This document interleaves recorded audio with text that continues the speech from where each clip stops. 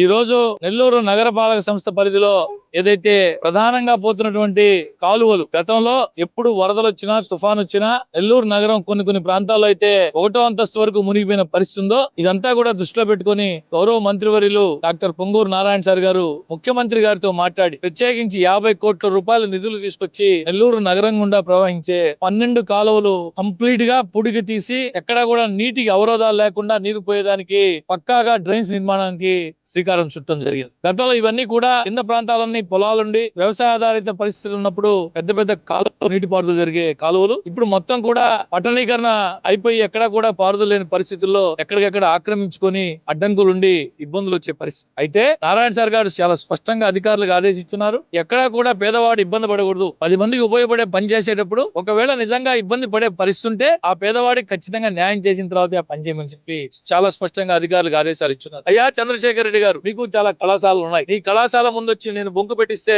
నువ్వు ఒప్పుకుంటావా? ఒప్పుకుంటా అని చెప్పు. రేపు ఉదయం నేను పెట్టిస్తాను నీ అన్ని కళాశాల ముందు 4 బొంకులు ప్రతి కళాశాల ముందు పెట్టిస్తా. ఒప్పుకుంటావా అని అడుగుతున్నా. అర్థం చేసుకోమని నేను చంద్రశేఖర్ రెడ్డి గారికి ఈ సందర్భంగా మీ ద్వారా తెలియజేస్తాను.